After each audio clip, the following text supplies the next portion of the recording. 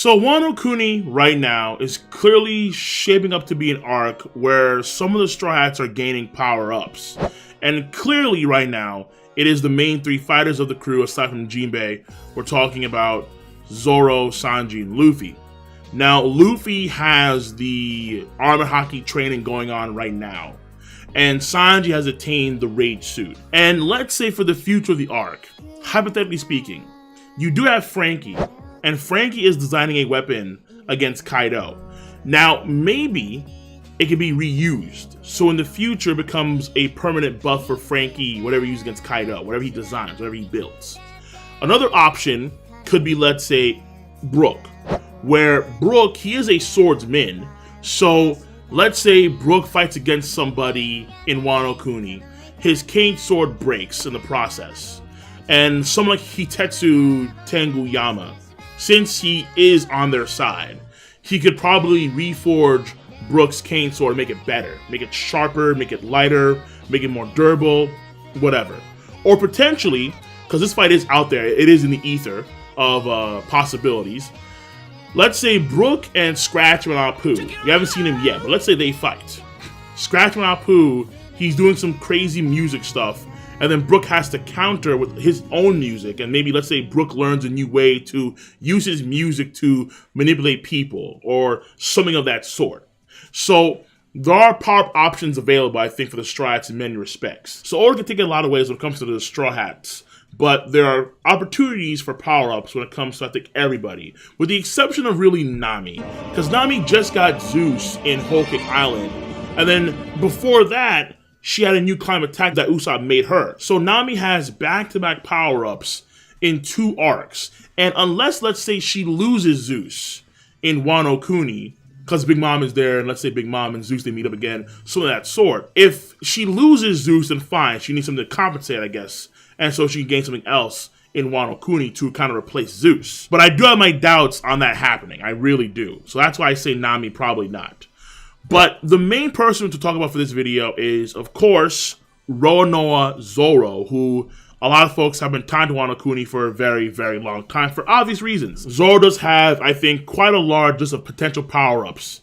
And a lot of them are new swords, but I do want to go through each one of them step by step. The last 2 on the list are pretty out there, so we will get to them when we get to them. But keep in mind that I'm not saying that this will happen. I'm just saying that these are potential power-ups, considering X, Y, Z, and the other. So, number 1 for power for Zoro in Wano Kuni is, I think, the Firefox style. We see Kinemon use the Firefox style in Punk Hazard. We see him cut through an explosion, and Zoro witnesses this. And he says how there is no fire that he cannot cut, Kinemon. And even though the final battle is only a few days away, let's say the final battle, quote-unquote, is actually not the final battle, where more so it's a battle, but things still continue on in Wano Kuni for a period of time afterwards, considering how Hawkins had the prophecy about Luffy being near death a few weeks away. Multiple weeks. I forget the exact prophecy that he stated, but potentially the quote-unquote final battle could just be the catalyst, the start of a series of battles to come for the entirety of Wano Kuni. That is possible. But that being said, the Firefox style, I think, is something that Zoro can pick up on, considering how I think that Zoro does have a talent when it comes to using the blade, clearly. He was able to use an onigiri, Rengoku onigiri, using a sickle, not a sword.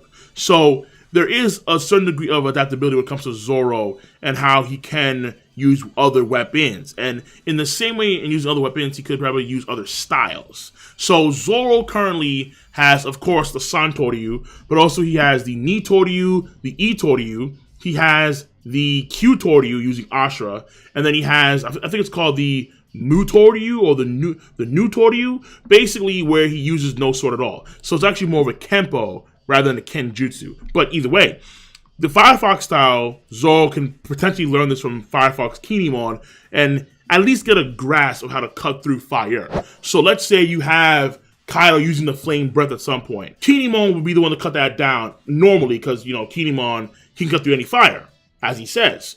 But what if he taught Zoro some of that? Let's say you have no Kinemon there, but let's say you have Zoro there instead.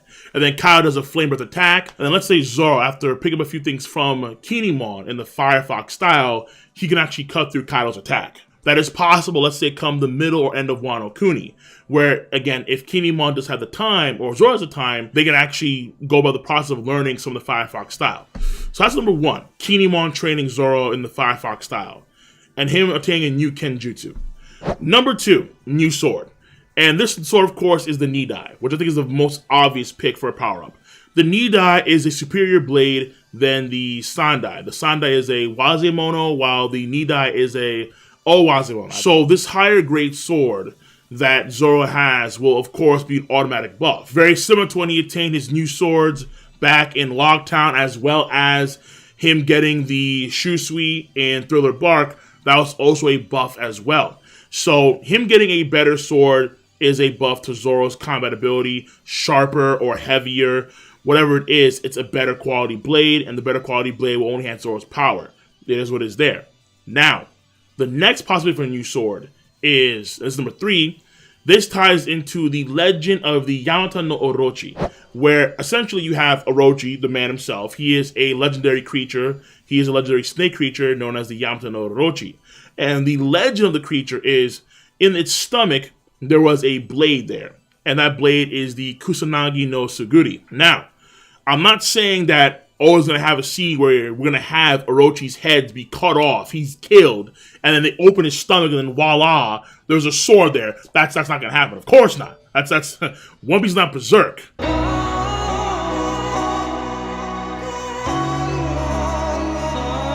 Unfortunately, that being said, so let's say, hypothetically, Zoro fights Kyoshiro, and then he fights Orochi, or some of that sword. Orochi, if he fights Zoro, he'll lose to Zoro, probably. Because I don't see him being powerful at all. Well, okay, he does have some degree of power, given his love for power, but, like, is he actually skilled in swordsmanship? Probably not, but we'll have to wait and see how that rolls. But Orochi may have a unique sword on him. And let's say Zoro loses the Sandai, because let's say Hitetsu wants it back, or let's say he loses the Shusui because of how much it means to the people of Wano Kuni, and so on and so forth. Well, it could be replaced by the Kusanagi no Suguri, or whatever the sword is called, that Orochi has with him, that is a blade of equivalent magnitude, or maybe even better, than the Shusui. I don't want to say that Shusui is like the best sword in Wano Kuni, though it's hinted to be the case, but I would hope that whatever he has on him, Orochi, it would be somewhat of equivalent, at least an Owazemono sword. The next thing here, number 5, is, speaking of Tenguyami Tetsu, you have the Nidai, you have the Sandai. He is among the clan, among the family that created the Kitetsu blades, that made the Sandai Kitetsu and the Nidai Kitetsu. Okay. What if you could take both the Sandai and the Nidai and forge them into one blade? At the end of the story, wherever the Shodai Kitetsu is, the Saijo Wazemono, which some folks say it's with the Gandhi guy, and the girls say, okay, fine, whatever. Doesn't really matter. Wherever it is, let's say that blade is also brought back to Tenguyami Tetsu. And then the Kitetsu blades become one.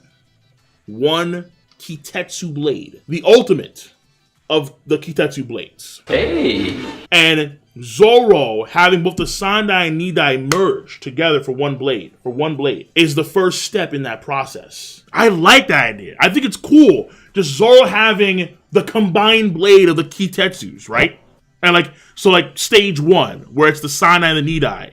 Then stage 2, come end of story Zoro, where he has Shusui, he has Warochimonji, and then he has the Kitetsu blade. It'd be crazy. So that's a possibility as well. But that depends on a lot of factors. It depends on how Tenguyama views his family and the lineage of the Kitetsu blades in full. And also, it depends on how he views Zoro as a person, or the Strat crew entirely. Some of that sort. Because Zoro has the Sandai, and he's not met Tenguyama just yet. So when that meeting happens, stuff could happen. So let's say at some point in the arc, Tenguyama and Zoro, they meet, they start to bond in some way, shape, or form. Romance done, and then all of a sudden, after some romance done, boom, here you go. The combo of the Sandai and the Nidai, this blade is crazy. And the last possibility among the new swords, number 5 for power up, is, again, Tengu Yamitetsu, depending on his thoughts about Zoro and the Strat crew and so on and so forth, which should all be positive come the middle or end of Wano Kuni. I mean, right now it's positive, I would say, because of Luffy, of course. But for Zoro in particular, they have to meet at some point. At least I would assume so. At least I'd hope so. I would hope they would meet at some point. And because Tengu Yama and Zoro not meeting, I think it's kind of criminal. I really do. I think it's criminal. It should happen before like end of Wano Kuni. Like before all this stuff is said and done, whatever happens. So Zoro and him can work on something. Hopefully something. If it doesn't happen, then all right, fine. But I think it's a waste, honestly. So either way, what if instead of, let's say, the Sandai Nidai merging, let's say Tengu Yamitetsu, he wants the Sandai back because it's part of his family lineage, that kind of stuff. Zoro, he says, all right, fine, but, he needs some compensation, of course. Tengu Yama already has a blade on him personally, but what if he can actually forge Zoro a custom blade, a blade specifically designed for Zoro? That's kind of wild. The Sandai is gone, yeah, fine. But Zoro, the custom blade designed for him after Tengu Yama gets to know Zoro and so on and so forth. Considering the man's prestige, history, family, that kind of stuff, the blade will probably be an Owazemono from the rip, like from jump. If he's going to make the blade, then it should be at least, I think, of a Wazemono class, at the bare minimum. A custom sword for Zoro. Because Hitetsu and Zoro mesh in some way, and he has the Sandai, and he wants the Sandai back. And he compensates Zoro in some capacity. It's not bad. That ain't bad. I'll prefer the merging of the two swords together, honestly. But at the same time, a custom blade for Zoro made by Tengu Yama, I think, would be a definitive buff. The sword is literally made for Zoro's specs, if you would. That's a buff. Over the Sandai? Yeah, that's a buff. That's a buff. Over the over Shusui, probably not, considering the sword's magnitude and prestige and so on and so forth. So among those 4 sword power-ups, the Nidai is clearly the easiest one, without question. But I would like something a little more special for Zoro. Clearly, I really would. So that's number 5. For the power-ups as a whole. Number 6, Zoro has an ability called Ashra. Where he has, well, we all know what it is. There's a guy in Wano Kuni named Ashra Doji. So, based on that and that alone, maybe Ashra Doji and Zoro can go through some degree of training? It's a bit out there. But, I mean, it's not, it's not impossible. But, of course, Oda would have to write in more connections between Zoro and Ashra Doji, where more so it's a family lineage thing. Potentially. A big potentially. Definitely. But, again, folks, we're thinking, of course, Zoro has Ashra Doji. Is there something there? Maybe. It's possible. And through some training, potentially again, Ashra Doji could train Zoro in some unique style of swordsmanship or give him some unique skills, something of that sort, and then boom, Zoro has a power-up. Zoro has become stronger. It's possible. But that one, again, it's out there. Number 7, though, that is clearly being established as a power for Zoro. But what happened in Wano Kuni, not too sure, and that is the Black Blade. Swords can become black blades. We found that out in one of the chapters of One Piece. And I think it's very apparent that among Zoro's current swords, aside from the Shusui, of course, the one that will come a black blade will be the Waruichi Monji. That'll become a black blade because that's been the sword that he has with him the longest. If that actually matters in it becoming a black blade. We don't know. We don't know how it becomes a black blade. I think when it comes to the whole notion of just have permanent armor haki on a sword, that doesn't make much sense. How do you permanent armor haki something? I think it's more complicated than that. I really, really do. I think that the armor haki aspect of a black blade, it can mimic a black blade, but it's not a true black blade. Because any sword can become a black blade if it armor haki. Hardening, yeah, of course. But a true black blade requires something far, far more than just armored haki. I would argue. But I don't want to go into the depths of that for this video. All I want to say is that when it comes to Zoro's power-ups, the black blades are clearly there. And the one that will become a Black Blade will be Wano Ichimonji, for sure, the first one. If not, if the Sandai becomes a Black Blade first, then Wano Ichimonji,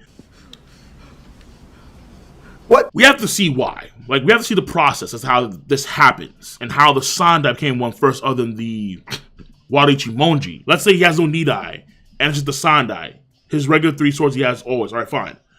Is it because the Sandai is a Wazemono and Wano Ichimonji is an Owazemono?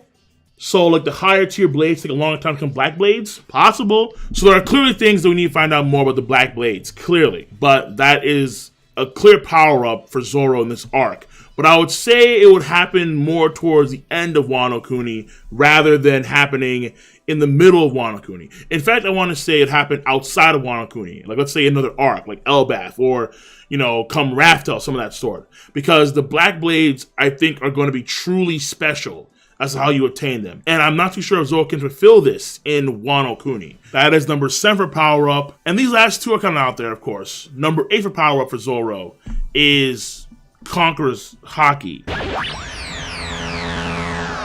Which I say because it depends on how you attain Conqueror's haki. We don't know how you attain it, but when you have it, you can train it, as Rayleigh says. Alright, fine. How do you attain it? I feel like at the end of the day, it does tie into what kind of king someone wants to become, in some respects. That's what Chinjao said. And I believe what he says wholeheartedly. Now, becoming a king, at the end of the day, a king is just more so a leader. And Zoro, at the end of Zou, did tell Luffy that he would round up all the samurai. He said that to Luffy. He would round up all the samurai. But we're seeing in Wano Kuni right now, the one that's kind of inspiring the samurai is Luffy, not Zoro. And in fact, the guy that should be rounding up all the samurai isn't even Luffy per se, but it's Hyogoro the Flower. Near Luffy. He's apparently the guy, according to Shinobu. If you can get him, you can get 5,000 samurai like that, apparently. So, I don't think that any of the Triad crew will have Kankaki aside from Usopp. What the? Yeah, another day. Aside from Usopp, I don't see anybody else having Kankaki in the crew. I really don't. And then number 9 is simple lineage and birthright. Is there a Ronor family or clan out there? Or Wano Kuni? Who knows? Maybe. It's possible.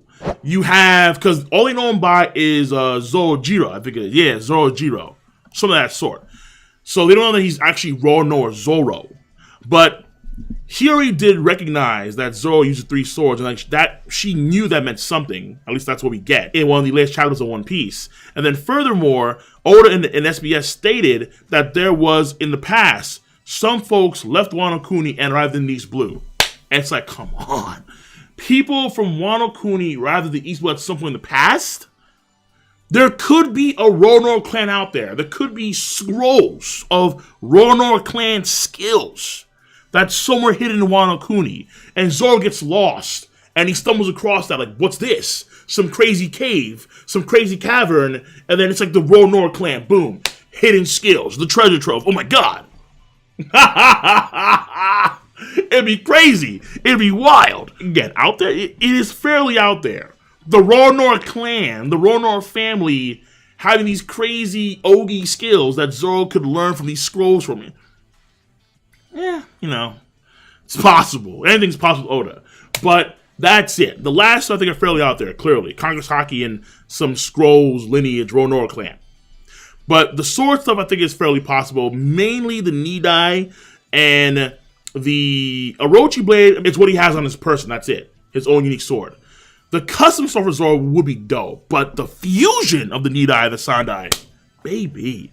The Firefox style, why not? Just why not? Just make it happen. And then finally, Ashura Doji. Let's see how this rolls. And the Black Blades, yes, clearly the case is going to happen. But will it happen now in Wano Kuni? I don't know. I think that Zoro needs more. I think he needs a little more. One last note. When it comes to Zoro's left eye, Whether it's a crazy Rinnegan, Sharingan, Mihawk combination, and the demons of Gyuki, Ashura, and Bima are sealed in the pupil and blah, blah, blah. Or there's nothing there. Or there's nothing there at all. That's also possible as well. And he actually lost his eye, and it is what is there, and the story. But if there is some crazy hidden power in there, then that is something I wouldn't consider part of a Wano Kuni power-up, but more so, it's always been there for Zoro, but he hasn't used it until Wano Kuni. So that's why I didn't put it on my list of potential power-ups, because it's always been there technically, but he never needed to use it until Wano Kuni. Let's say against Kyosho or whatever the hell. But when it comes to actual Wano Kuni power-ups, I don't think it's a part of that group. It's semantics, it's whatever. How you perceive it is how you perceive it. But if you were curious about the left eye, that's the reason why I didn't put it on my list. So like I said, guys and gals, I am done. If there's any more that you thought of when it comes to Power-Ups to Zoro, let me know in the comment section down below. Where do you stand on my list, the 9 I have so far? And I'm going to catch you guys and gals later. Be sure to rate the video. It is not that hard to do. I guarantee you that, because I know that you all have a device called Zmousesu. You use Zmousesu to click, rate the video, to click, subscribe, to click on that bell to join the squad. And of course, as always, feel free to please do comment in the comment section down below. Peace. And have a nice goddamn day. Zoro's power-ups.